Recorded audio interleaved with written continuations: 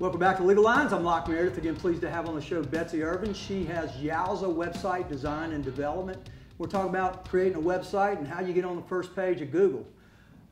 Let's talk about it. So Google has a formula they use to decide if somebody does a search, your website's going to pop up, hopefully on the first page, because that's really the only one that matters. We were talking about that their formula considers several things. We had discussed that age of the site matters, but not so much. It's not the number one thing. External links from other big kind of website sponsors help if they're legit and they got a good following. You mentioned content. What is content? Content is the single most important thing. Used to be there were tips and tricks that you could do.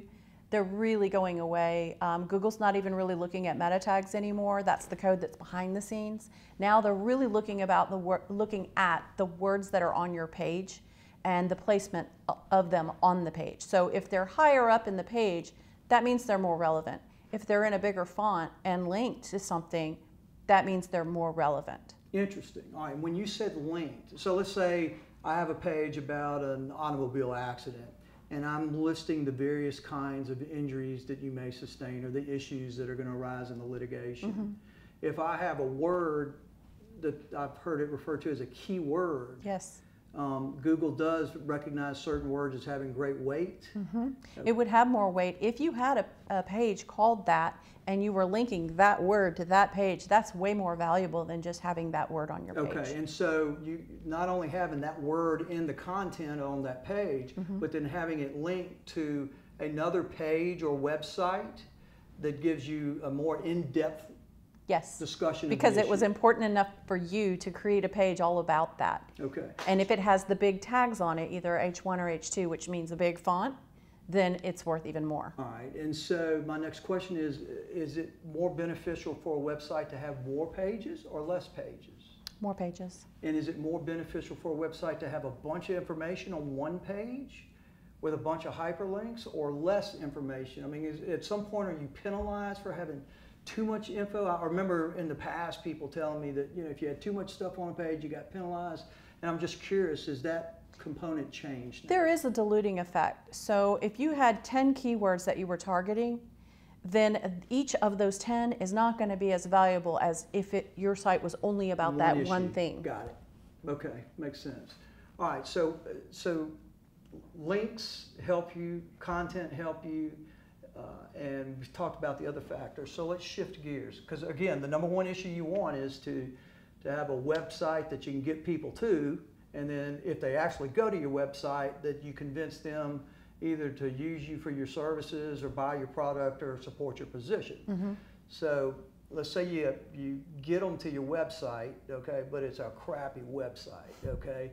So I know that there's a content management system. Explain to folks what that is. It's basically a database behind the scenes that allows a layperson the ability to make changes to the website themselves. All right, so somebody doesn't have to type code then? No, they don't ever have to touch code.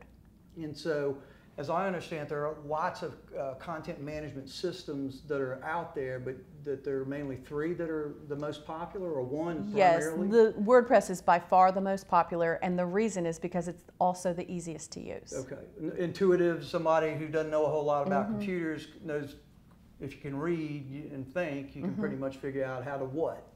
How do you change the content? Well, the interface is pretty much a dumbed down version of Microsoft Word, and most people are familiar with the bold and the underline and the chain for the link. It's pretty much the same thing, but with a lot less options. Okay, and so that enables you to put new content, meaning a new article, or type up a new paragraph on an issue. And it enables you to put photographs? Yes. What about video? Yes. What about connections to, say, a YouTube video or something like that? With graphics, you just click the Add Media button, and then it will ask you if you want to use something that's already in your library, or if you want to upload something from your computer, or if you want to link to something externally. So if it was already on YouTube, you just copy that link and paste it there, and it'll automatically serve up that video on your page. And I remember in the past there was discussion that you wanted to have your own video player on your website. You could have YouTube links, but it was preferable or certainly beneficial to have an independent player. Is that still the case? Yes, the reason why is because at the end of the movie playing, it will show related videos, and those don't belong to you. So it could take them from your video to someone else's video. So it's controlling the content. Correct. And the message. That's the importance. Plus, you never have any paid advertisements going across your video either. Very interesting. All right, so, and you know, we're talking about video, but the bottom line is we're such a multimedia culture these days. I presume video is just something you better have. Yeah, I read that if you have a video on your main page, you are twice as likely to be on that top 10 search results. So it's a good idea to have it. All right, explain to me, as I understand it, there are other apps, applications, computer programs, software that you can connect to or load to your own website. Is that right or wrong? Yet another reason why WordPress is so popular, because if you want a calendar or you want a blog or you want a contact form, whatever it is that you want, you just search for it within WordPress and it'll show you all of the, they're called plugins, but all the plugins that are available and whether they're compatible with your version or not. If you want it, you just click it and you click activate. Most of them are free. So when you say compatible, what are we talking about? Well, even within WordPress, you have varying versions. Okay. So your version is only going to be compatible with some of the plugins, but it'll tell you right there. It's very easy to figure out. So is there a way to upgrade your version of WordPress that was used for your website? Yes. Okay. And is that a complicated kind of like a rebuild all over deal, or is it just usually an no? Upgrade, so to usually speak? No. If you've bought a premium theme, then the person that developed that theme generally does update it, and you don't even have to think about it. When you log in, it'll just say, hey, there's an update available, and you click it. Okay.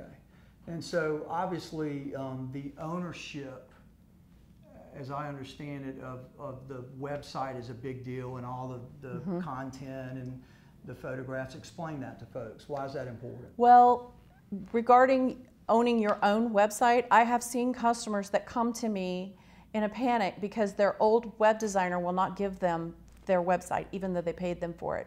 When they stop paying, they say that you don't own it. Whenever I design a website, I make sure that as soon as their bill is paid, I transfer copyright ownership to them. And I frankly can vouch to Yes. being somewhat held a hostage, at least feeling like a hostage when you used one of these monster... Not by me. Nope, Not by me. You've done a great job. But the other copyright issue is going and getting pictures off the internet and then putting them on your website when you don't necessarily own those photos. Because there are copyright and trademark laws, as we mentioned before, Coca-Cola, for example. They better be your photographs or they're free. You better off take your own photograph or find a cheap stock photography site and spend the $3 to buy the photo. Excellent. All right. So the bottom line is you want to own your website. You want to, obviously, if you can, and have the desire, be able to add content to it and it'll benefit you. Betsy, thank you so much for doing the show with us. It's been a pleasure. This is Locke Meredith with Legal Lines. My special guest, Betsy Irvine. Thank you for being with us.